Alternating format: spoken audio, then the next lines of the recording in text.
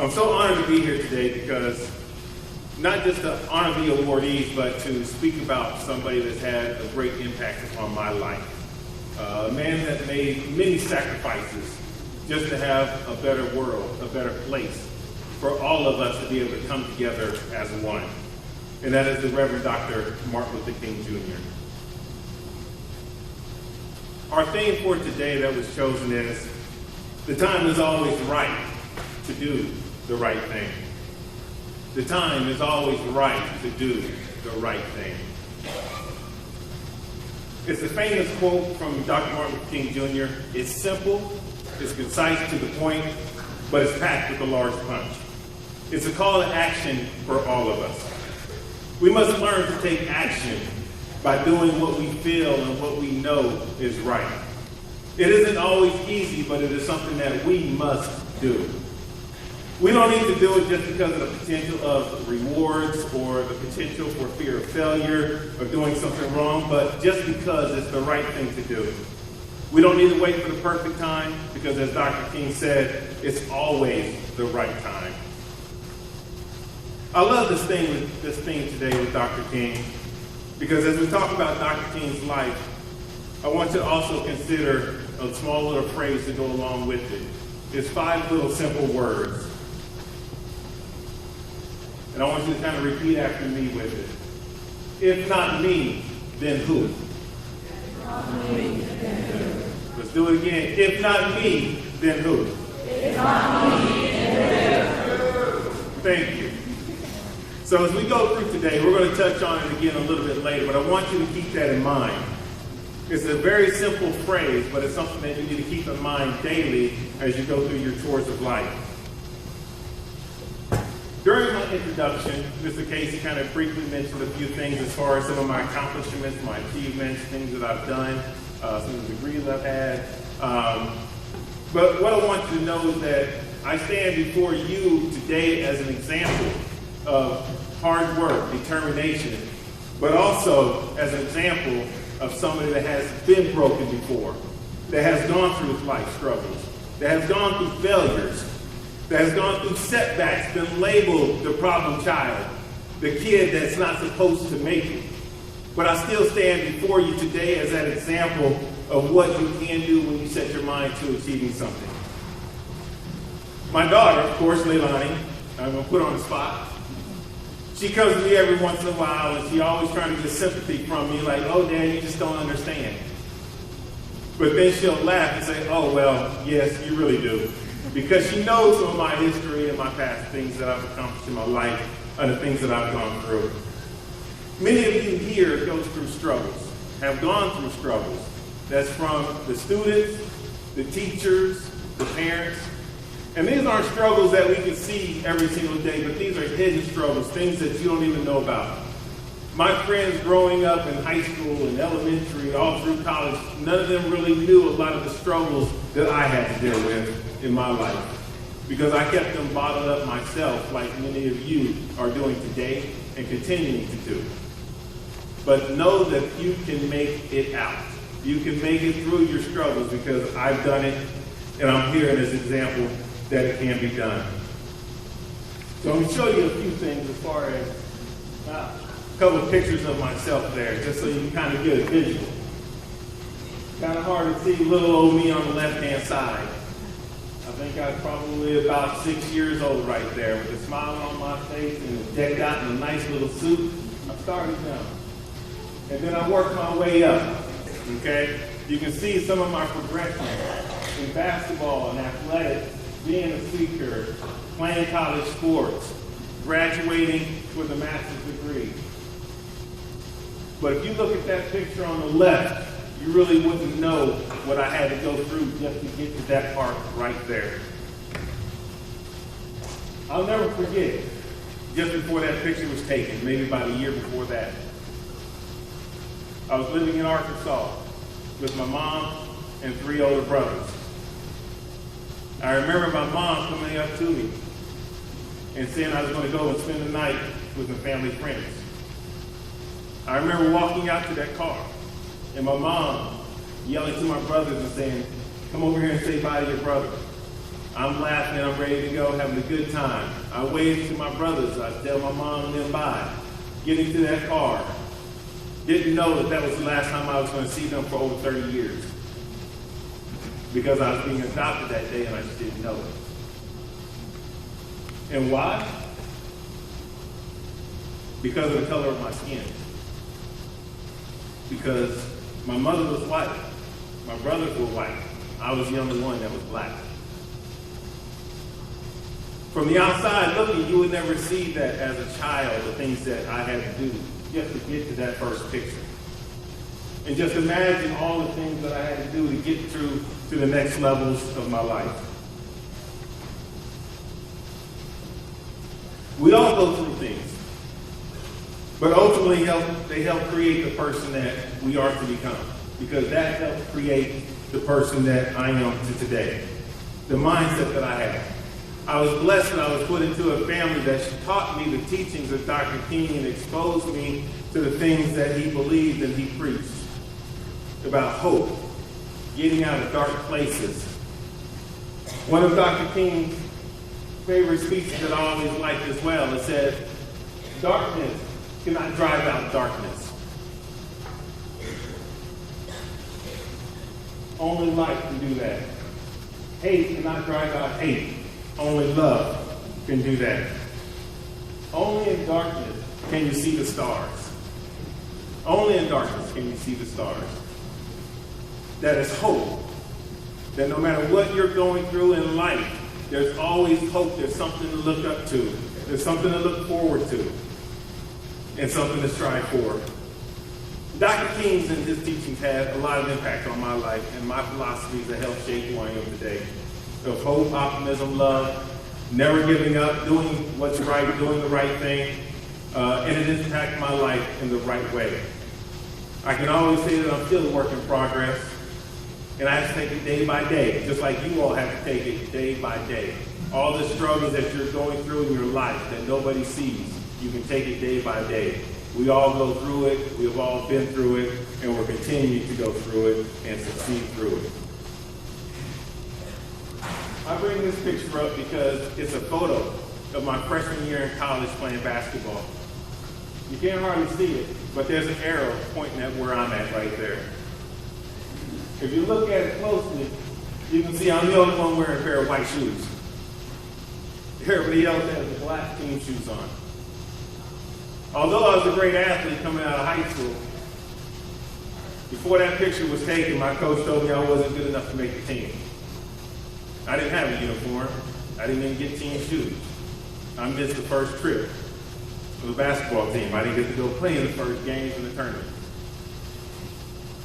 But because of a lot of things that I've gone through in my life, I dealt with adversity. I dealt with people telling me no. I dealt with things telling me you can't do it.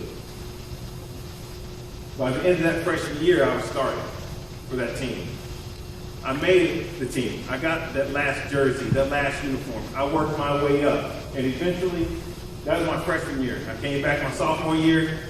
Out of all 20 of those people up there, I was the only one they brought back that next year. Okay?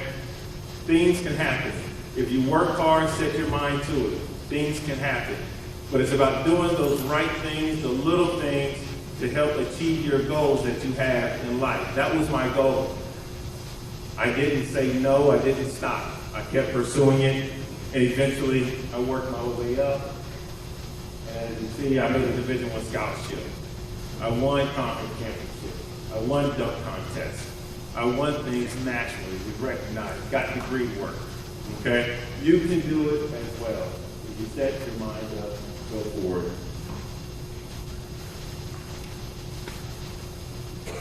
To fully understand the meaning of today's award, as far as this Humanitarian Award, you really need to understand a little bit more as far as Dr. King and what he stood for, and learn a little bit more about his life, because this MLK Humanitarian Award, it is a big deal. It is a big deal. It means a lot. And to be recognized amongst your peers, to just be named to do it, it's a big deal. But let me tell you a little bit more about Dr. King. Dr. King was born January 15th, 1929, right here in Atlanta, Georgia. Many people may not even know it. Right here in Atlanta, Georgia, he was born. He skipped the 9th and the 12th grade. And at the age of 15 years old, he enrolled in college. A lot of you are 13, 14, 15-year-olds right now. Can you imagine, instead of going into the 9th grade next year, you go straight to college? That's what he did. Dr. King was a very smart man. At the age of 19, he got his bachelor's degree in college.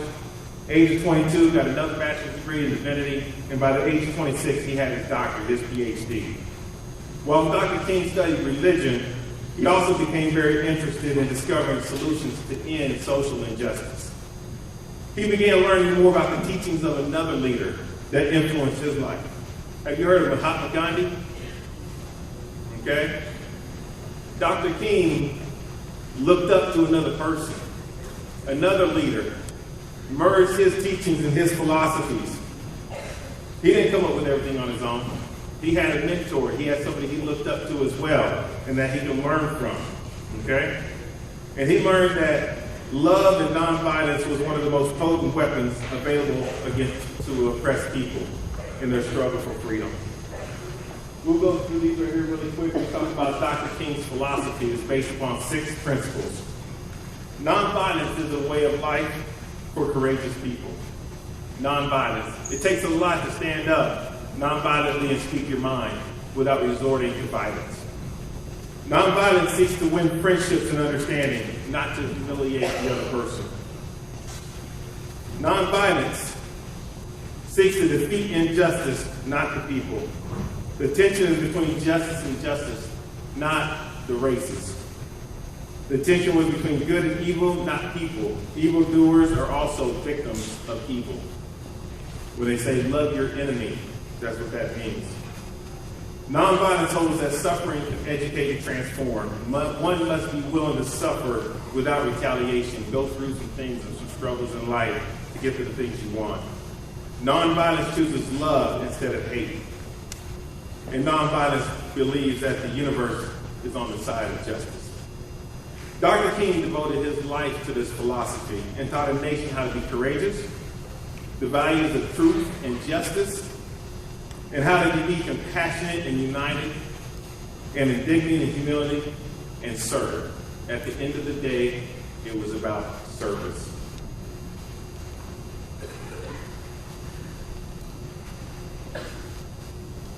Dr. King had another speech that I like, and it said, everybody can be great because everybody can serve. You don't have to have a college degree to serve. You don't have to make your subject or your verb agree to serve. You don't have to know about Plato and Aristotle to serve. You don't have to know about Einstein's theory of relativity to serve. You don't have to know the second theory of thermodynamics and physics to serve, or else I would never be able to serve. I do not know that. You only need a heart full of grace, a soul generated by love, and you can be that servant. Today with this Humanitarian Award, we honor a man that spoke up against the things that he believed were wrong by doing what he believed was right. We can't wait to do the right thing or wait for that perfect time. We must act now. We remember the sacrifices that Dr. King made through his actions, because times were tough at that time, but he didn't wait until it was just the perfect time to speak up and say what he believed was wrong.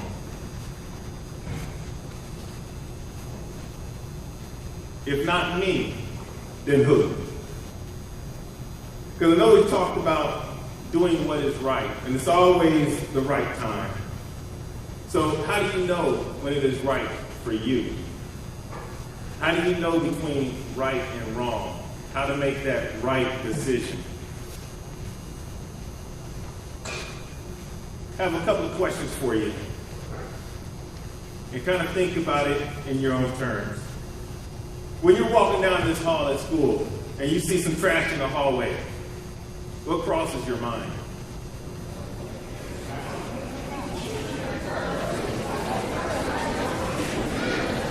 Okay?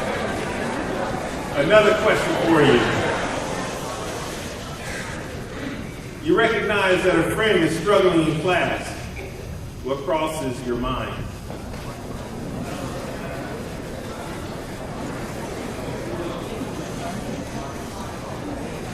You walk into the cafeteria and you see a classmate sitting there alone. What crosses your mind? Sign seats.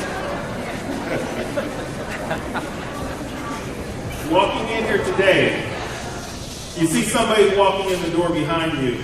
You look back as you walk through it. What crosses your mind?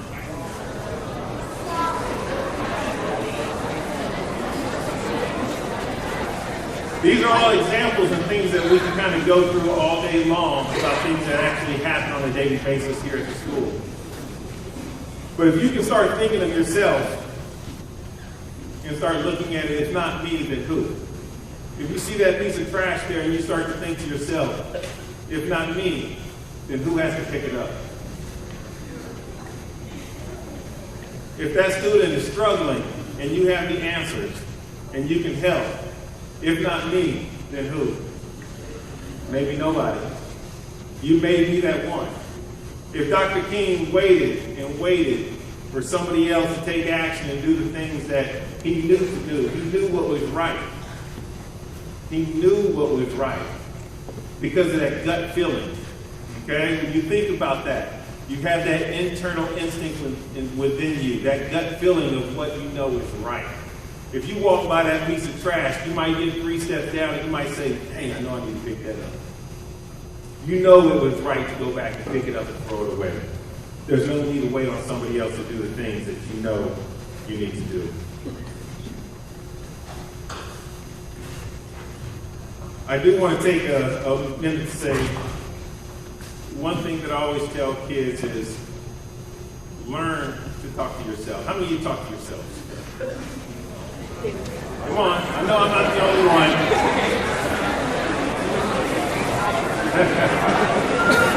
It's not a bad thing to talk to yourself, okay?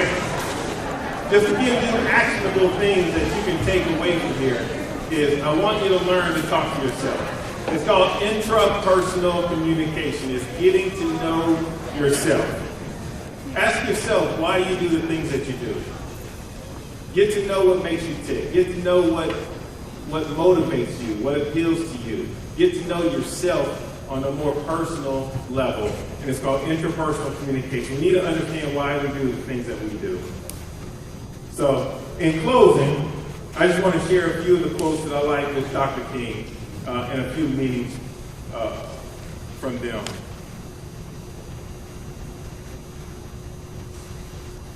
One quote that Dr. King has here, he said, if a man is called to be a street sweeper, he should sweep the streets even as Michelangelo painted, or Beethoven composed music, or Shakespeare wrote poetry. He should sweep the streets so well that all the hosts in heaven and earth will pause and say, here lived a great street sweeper who did his job well. You may not be doing street sweeping. You may be doing your homework. Okay? You may be helping out around the house. Whatever it is that you're doing, do it well. If you can't fly, then run. If you can't run, then walk. If you can't walk, then crawl. But whatever you do, keep moving forward. In life, we fall down. Generally, when people fall, they don't fall backwards. They fall forward. When you fall forward in life, it's okay. You're still a step further, closer to the dream of what you're trying to achieve. We're all going to fall down. Just remember, it's about what we do from that point on that really matters. It's about what you do from that point on that really matters. We all fall down, but it is our job to pick ourselves right back up. Just put a few of them here. One thing they said is, if I cannot do great things, I can do small things in a great way. If I cannot do great things, I can do small things in a great way. Remember that everything that we do, we don't have to go out and look for that big hitter. We don't have to go out and look to appease everybody. Sometimes it's just that small little thing, opening a door, picking up the trash, saying yes ma'am, Let me get these groceries for you. Let me clean the dishes today. Leilani? She does it, she does it. But let me get to the final quote for Dr. King that has had an impact upon my life.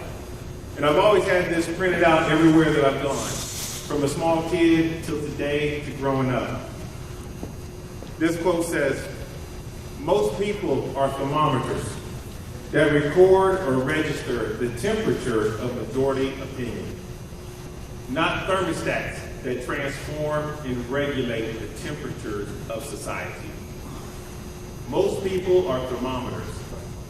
All they're doing is recording majority opinion, but not the thermostats that heat it up, cool it down, that's actually regulating the temperature of our society. My question for you is, which will you be? Which will you be? A thermostat or a thermometer? And I hope you choose to be a thermostat and make a difference in our communities. In our school, begin right here at CMS, here in Roswell. Through serving others and knowing that the time is always right to do the right thing. Thank you.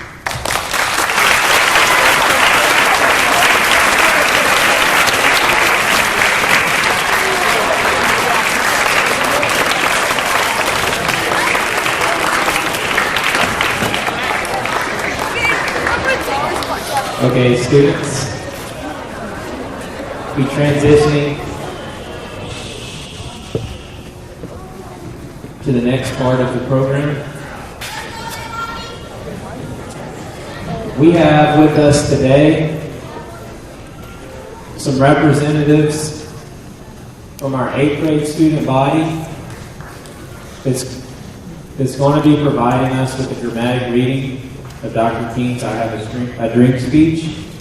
And joining us today we have obviously Leilani Lee, Daniel Papascu, Maya Roman, Cole Wicker, Logan Lombardi, Lana West, and Caleb James. Give them a round of applause.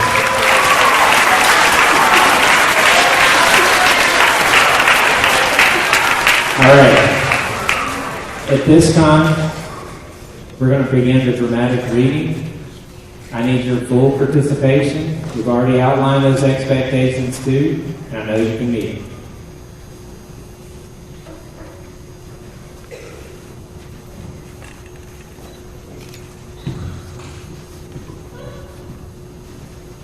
Good morning.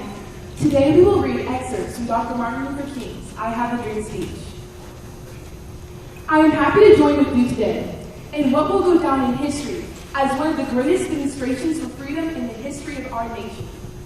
50 years ago, a great American, and whose symbolic shadow we stand today, signed the Emancipation Proclamation. This momentous decree came as a great beacon of light of hope to millions of black slaves who had been seared in the flames of withering injustice.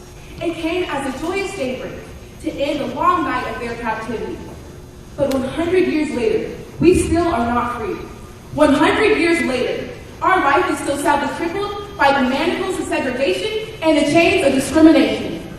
In a sense, we have come to our nation's capital to cash a check. When the architects of our republic wrote the magnificent words of the Constitution and the Declaration of Independence, they were signing a promissory note to which every American was to fall heir. This note was the promise that all men, yes, black men as well as white men,